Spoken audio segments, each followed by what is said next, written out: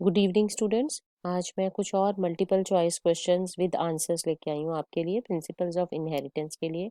इससे आप अपने नीट के परीक्षाओं के लिए या फिर आप किसी BSc ICSE even for higher studies also बहुत बेसिक लेवल के क्वेश्चंस हैं और लेकिन क्लियर कट आपको आइडिया देते हैं different types of concept clarity के लिए।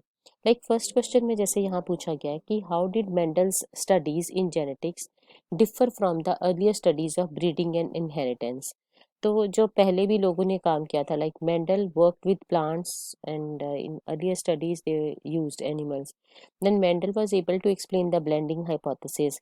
Mendel's work was more quantitative and Mendel worked with wild species, not the domesticated. So this we all know that जो Mendel successfully क्यों हो पाया था, क्योंकि उसका इसका सी ऑप्शन करेक्ट ऑप्शन है, क्योंकि उसने क्वांटिटेटिव वर्क किया था. Then next question, which statement describes the work of Gregor John Mendel? He developed some basic principles of heredity without having knowledge of chromosomes. Yes क्योंकि chromosomal theory of inheritance तो बाद में Boveri and Sutton ने दिया था, तो उसने बिना क्रोमोसोम के नॉलेज पे फैक्टर वर्ड यूज करके उसने हेरिडिटी के प्रिंसिपल्स पे स्टडी किया था. ये वाला ऑप्शन करेक्ट है. Then he develop the microscope. No, ये उसका फोटे नहीं था. He explain the principle of dominance on the basis of dominance का प्रिंसिपल उसने एक्सप्लेन किया था but not on the basis of gene chromosome theory. Then he used his knowledge of gene mutations to explain the appearance of new traits in organisms. So mutation भी जो था Morgan का work था. So जो first option is the correct option. So उसको chromosomes के बारे में नॉलेज नहीं थी, फिर भी उसने basic principle of heredity study किया. Now in third question, one of the Mendel's pure strains of pea plants had green peas. Or how many different kinds of eggs could such a plant produce with regard to pea colour. तो ये तो बहुत ही general है कि दो mainly जो है इसमें गैमीट्स पॉसिबल है. So answer is B. Then next है a codominance cross between a homozygous red and homozygous white Snapdragon produces plants. देखिए यहाँ पे इनकम्प्लीट डोमिनेंस नहीं है.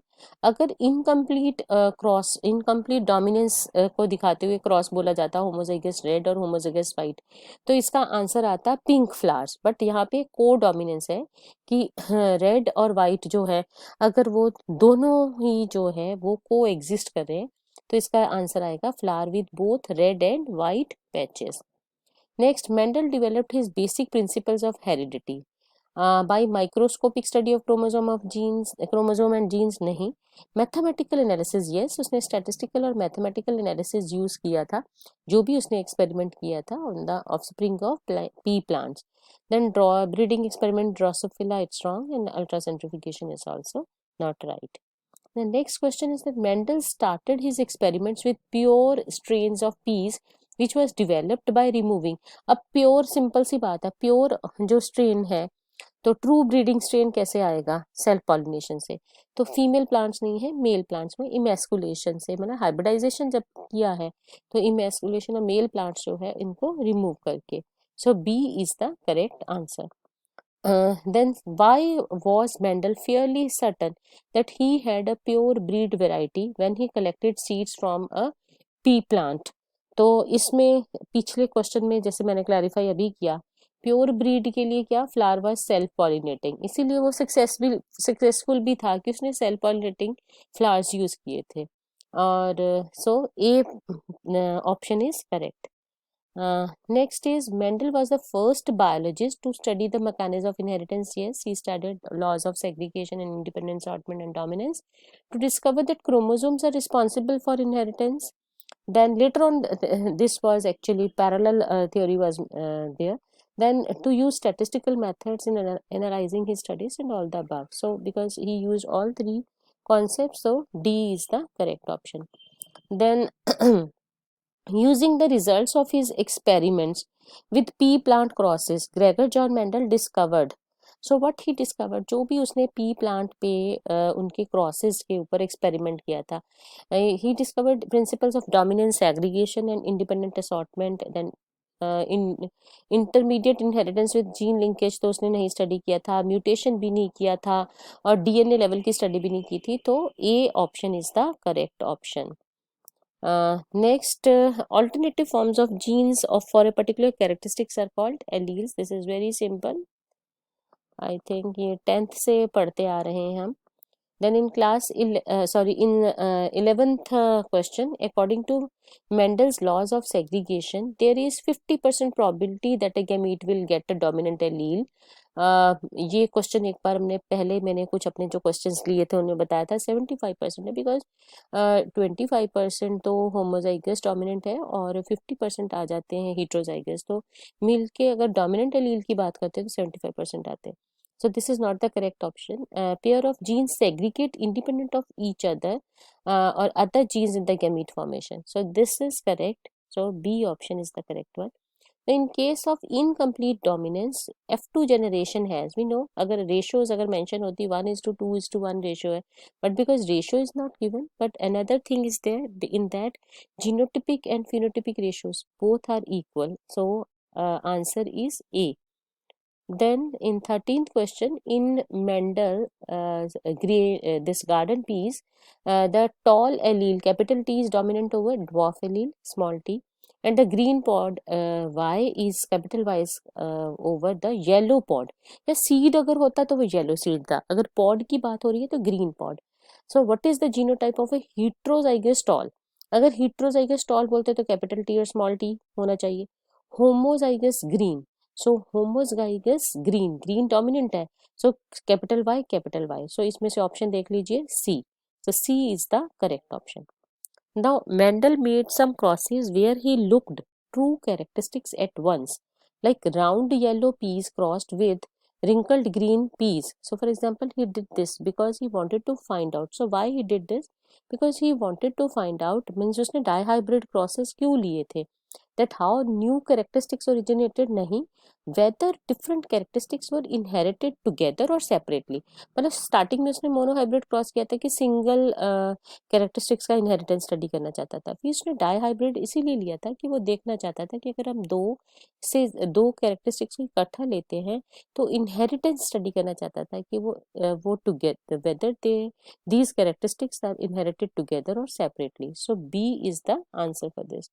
Now one reason for Mendel's success was that he repeated his experiments many times और he use controlled experiments, हर किसी के साथ वो कंट्रोल एक्सपेरिमेंट भी साथ में लगाता था.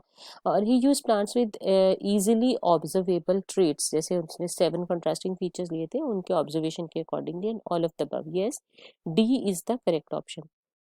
Then Mendel developed his basic principles of heredity by, तो उसको जो बेसिक प्रिंसिपल वो किस बेसिस पे उसने जो वो उसको स्टडी कर पाया था, by examining chromosome with microscope और एक्सरेज और क्रॉसिंग ओवर, ये सब नहीं, by analysing large number of offspring, बहुत सारे एक्सपेरिमेंटेशन करके ऑब्जर्वेशन किया था उसने लार्ज नंबर ऑफ ऑफस्प्रिंग्स का. So B is the correct option for this. Now, in next question, segregation of genes takes place during. So this is the technical. We know that chromosomes जब separate, genes are lying on the chromosomes, और chromosomes जो है वो separate होते हैं at the time of anaphase stage. So B is the correct option. Now in 18, Mendel's work was published in, we all know, 1866. So C is the correct option. If Mendel had chosen more than 7 traits in his plants, confusing result regarding the what, मतलब अगर वो 7 से ज्यादा आ जाते तो किस में ज्यादा वो कंफ्यूजन हो जाता. फिर अभी तो वो लॉ ऑफ मतलब कैसे जीन सेग्रीगेट होते गैमीट फॉर्मेशन पे, उसमें कंफ्यूजन आ जाता है, क्योंकि डोमिनेंस वी नो 2 एलील है हर जीन में, एक डोमिनेंट एक रिसेसिव, तो इसमें कोई प्रॉब्लम नहीं आता.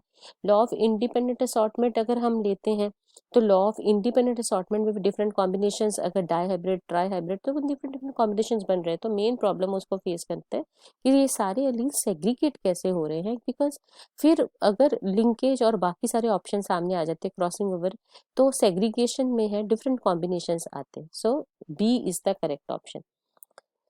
Number of characters used by Mendel in his experiment, it's very easy, 7 contrasting characters he used.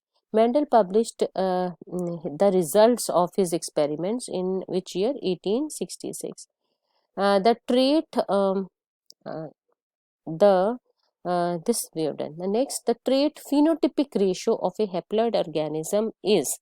So अगर हम किसी भी ट्रेट की फिनोटिपिक रेशियो देखते हैं और भी हेप्लॉइड ऑर्गेनिज्म की, so that is 1:1, because normally जो जितनी भी इसकी हम लेते हैं डिप्लॉयड ऑर्गेनिज्म की होगी, उसमें हमने हर तरह की रेशियोज देखी है। मोनोहाइब्रिड में 3:1 की है, और 9:3:3:1 आपके डाई हाइब्रिड की है, 1:2:1 आपके इनकम्प्लीट डोमिनेंस की है। तो यहाँ पे हैप्लॉइड ऑर्गेनिज्म कैसे आएगा? जब टेस्ट क्रॉस करके आप देखते तो 1:1 is the correct option. Then multiple alleles control the character of what? Skin colour, blood group, sickle cell anaemia. तो आपके सीबीएसई की जो एनसीईआरटी बुक्स है उसी में मेंशन्ड है both skin colour and blood group, so D is the correct option. The number of gametes produced by individuals having the genotype of capital A small a, capital B small c and capital C small C. So अगर हम इसको देखते हैं कि कितने इसमें combinations है, मेरा डोमिनेंट जीन्स जो है 3 genes are involve, so 2⁻3, so आ जाएगा आपके पास 8, so C is the option. Next, phenomenon of controlling several phenotypic characters by a single gene, that is pleiotropic effect. More than one effect of the gene, which is that is known as pleiotropy. So D is the answer. Now, epistasis अभी मैंने अपने पिछले video में आपको बताया था, जिसमें जो होमोजाइगस रिसेसिव जो होता है, तो वो क्या है, वो बाकी सबका जो एग्जिस्टिंग वहाँ पे एलील्स होंगे, अगर होमोजाइगस रिसेसिव आ जाता है तो वो बाकी का इफेक्ट मास्क उसको छिपा देता है, मास्क करता है। को डोमिनेंस में जैसे ब्लड ग्रुप में हम देखते हैं कि 2 एलील दोनों इक्वली डोमिनेंट होते हैं तीसरे के ऊपर, जैसे ए और B equally dominant over O है। देन मल्टीपल एलीलिज्म एक पॉपुलेशन के लिए स्टडी करते हैं, इंडिविजुअल के लिए नहीं। यहाँ पे one gene is controlled by more than 2 alleles, but pleiotropy में क्या है कि one gene is having more effects, that is pleiotropy. Then in Mendel's experiment contrasting traits जो है, तो they showed blending in F1 stage और in F2 stage और in both. नहीं, ब्लेंडिंग तो कहीं थी नहीं, क्योंकि अगर ब्लेंडिंग होती तो वो डोमिनेंट जो है वो सॉरी रिसेसिव भी है, वो डोमिनेंट पहले तो सब में एक्सप्रेस करे जा रहा था, रिसेसिव F1 में एक्सप्रेस नहीं करता, लेकिन F2 में रिसेसिव अपीयर हो रहा है, that means there is no blending, so C is the correct answer. Then diagram which shows the production of gametes by the parents, the formation of gametes, the F1 F2 generation is। जिस diagram से हम ये सारा कुछ देखते हैं कि gamete formation, फिर पेरेंट्स, फिर जाइगोट, फिर F1 F2, उस डायग्राम को क्या कहते हैं? उसको हम बोलते हैं Punnett square. A is the correct option for that. Then last is genotype ABCD। देखिए पहले भी मैंने आपको इसमें बताया था कि इसका फॉर्मूला 2⁻n है। अगर आपके पास 3 जीन है तो 2⁻3 था, तो यहाँ पे 4 है, 2⁻4, तो 64 is the correct answer. So B, sorry it should be because 16 it's wrongly given, so it's a D is the correct answer, 64 is the correct answer. So in this video I told you about basic questions which were related to the monohybrid, dihybrid crosses and Mendel's work, and in my next video I'll tell you about the numerical problems, and if you have any problems, so do write in the comment box. Thank you so much.